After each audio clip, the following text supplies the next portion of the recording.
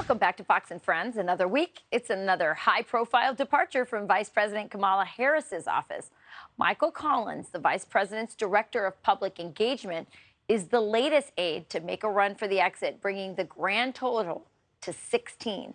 Joining us now to react, former Arkansas Governor Mike Huckabee. Governor, so great to have you this Sunday morning.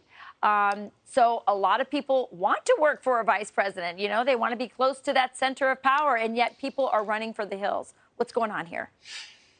Well, it's now evident that instead of nameplates on the doors in the VP's office, they just use a dry erase board so they can quickly change the names. They're going so fast.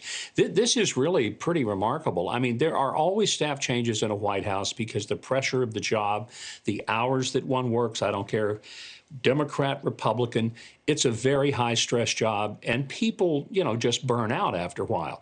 So I get that part of it. But this is an unprecedented display of turnover, and I think a lot of it has to do with the fact that they don't know what they're doing, and they can't figure it out. I mean, the funniest one was that she had a speechwriter, and I'm thinking, the speechwriter quit? You mean she actually had somebody who wrote that stuff she said?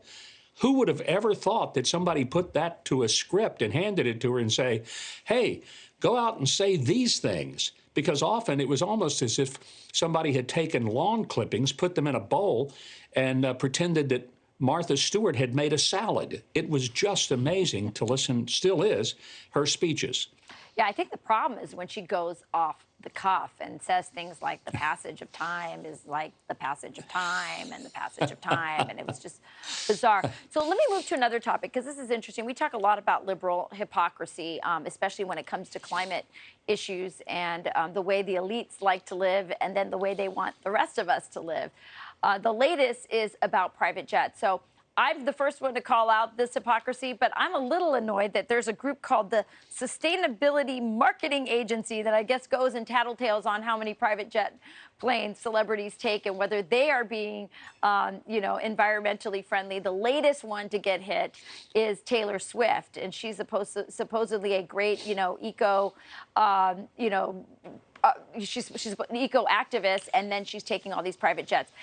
She says, by the way, that this is what her response to this, and I want to get your response on the other side. Her team says, no, Taylor's jet is loaned out regularly to other individuals.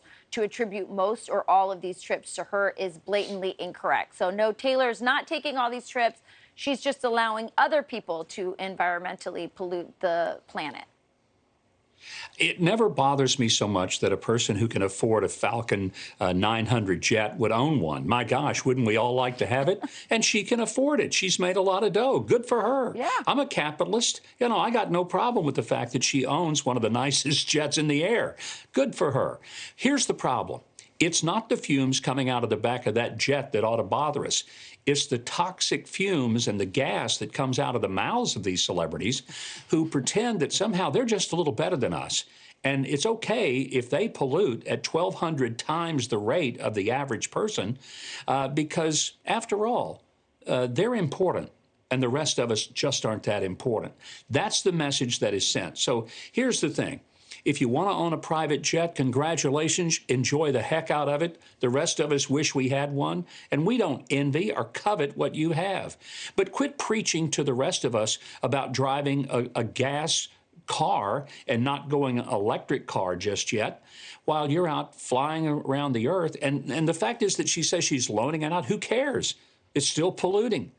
But the reality is, it's the pollution from their mouths that's more disgusting than it is the pollution from their airplanes. It's so true, Governor. And worse is Prince Harry and John Kerry, who take their private jets to climate conferences and then lecture the rest of us about it. So unbelievable what they do. It's always great talking to you, Governor. Thank you, Rachel. Have a wonderful weekend and a great Sunday.